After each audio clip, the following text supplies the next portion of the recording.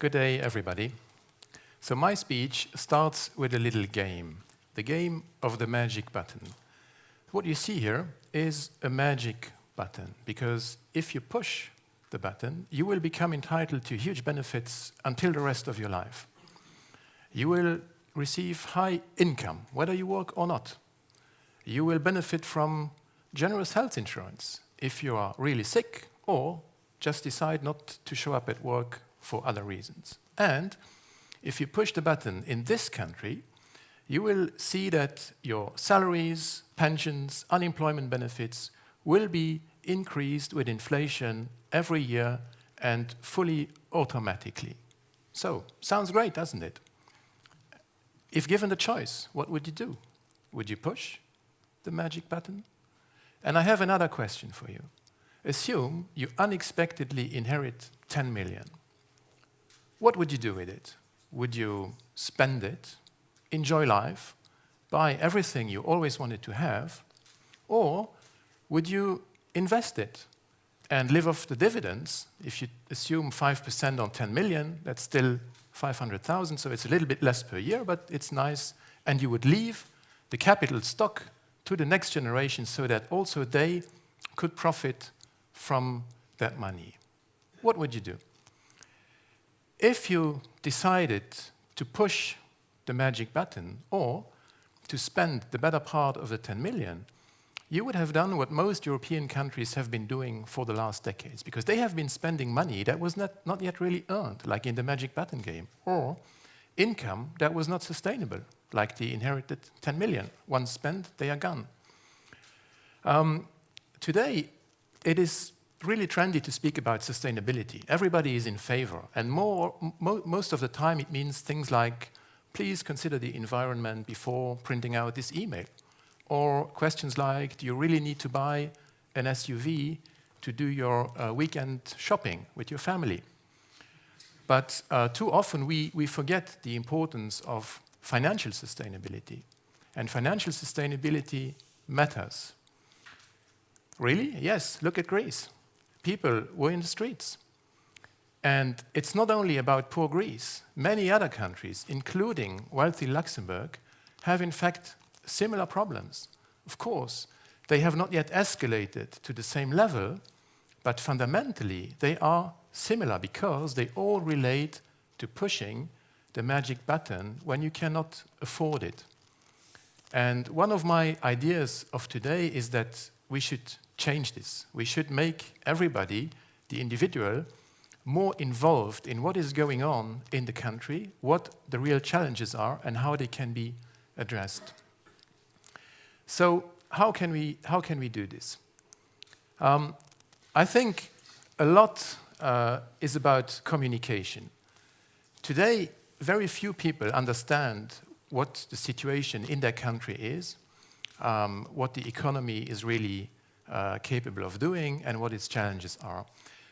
This is one of the most famous quotes, or let's say the most well-known targets from the Maastricht Treaty, which says annual public deficit must not exceed 3% of GDP. But let's be honest. How many of you, of the population out there, knows what GDP means, what annual public deficit means? Calculating the ratio is easy, but we do not really know what to do in our day-to-day life in order to meet that target. And that is one of the big issues. People need understandable and actionable metrics that they can factor into their day-to-day life. So what could that look like? So let's look at one example. I think we all agree that education is important because we live in times of globalization. We need to compete against other countries, other continents, cheap labor, etc.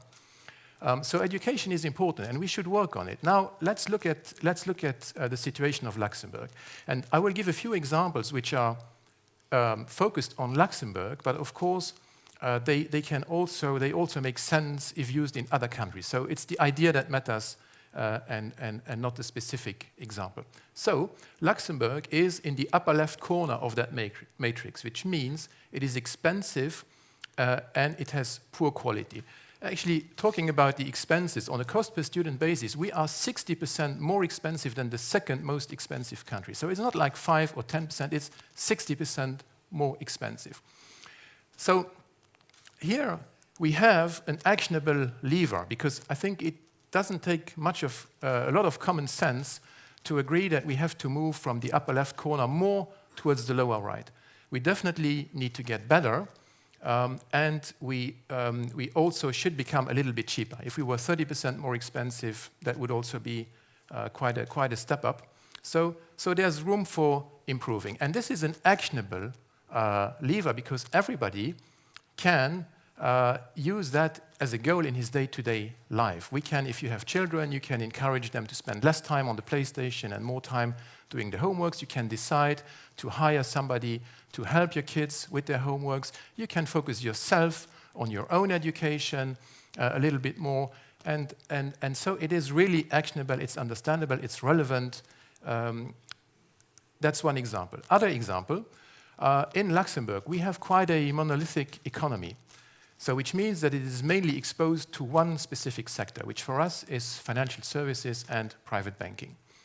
That is all fine as long as that sector performs well, because you will earn a lot of money. The government collects huge tax receipts, but we cannot be sure that that will be the case forever. So if I was the Prime Minister of this country, I would request quarterly reports to clearly see what kind of efforts were undertaken to diversify our economy and to see, well, what did we do in gross business, be it in finance, in other areas, in other sectors. And I would share these results proudly with the public to say, I have done my job well. Look at what I've done. I'm thinking about the future.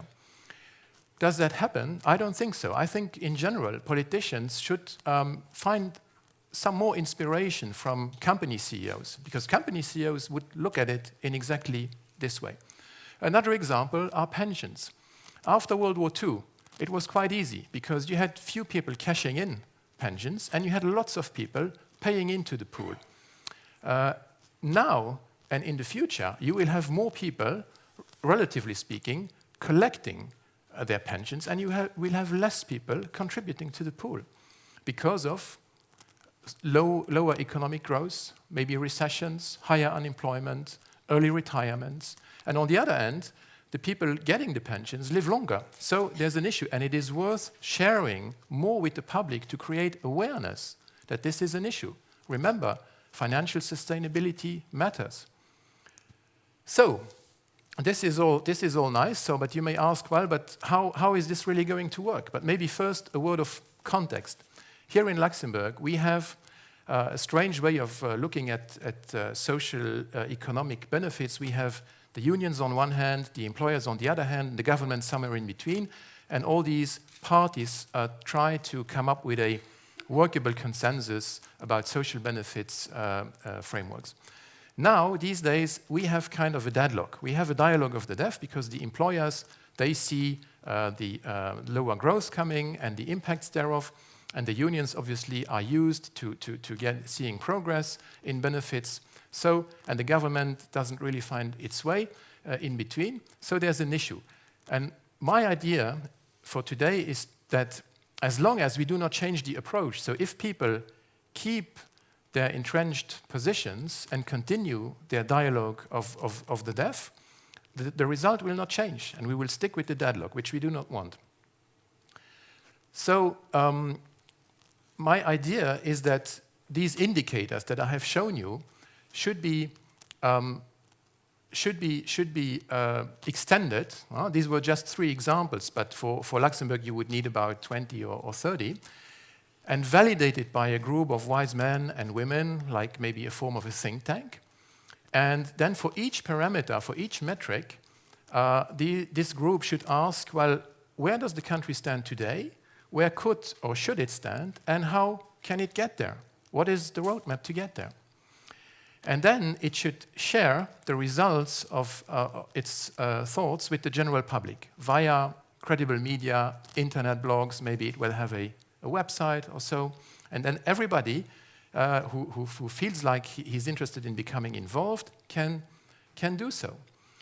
And And I think that if we manage to do that, we will actually create a better, more advanced form of democracy. Today, we are privileged living in Luxembourg, living in Europe.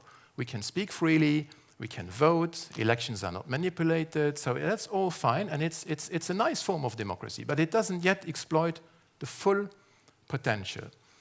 And in my view of what I call here enhanced democracy, voters will have an understanding of the real situation of their economy. Where does the country stand, and where should it be, and where could it be? In enhanced democracy, voters will be able to assess the quality of the actions and decisions made by their political leaders. And finally, in enhanced democracy, we will, of course, all remain collectively responsible for the decisions that we make, but at least we will have given ourselves a higher chance, a higher probability to make better decisions, because the decisions will be made based on relevant information and based on actionable indicators. And progressively, we can involve more and more citizens into buying into these common goals, which will be understandable. And in my view, this really has the potential to be a huge step forward for individual countries and for Europe as a whole. Thank you for your attention.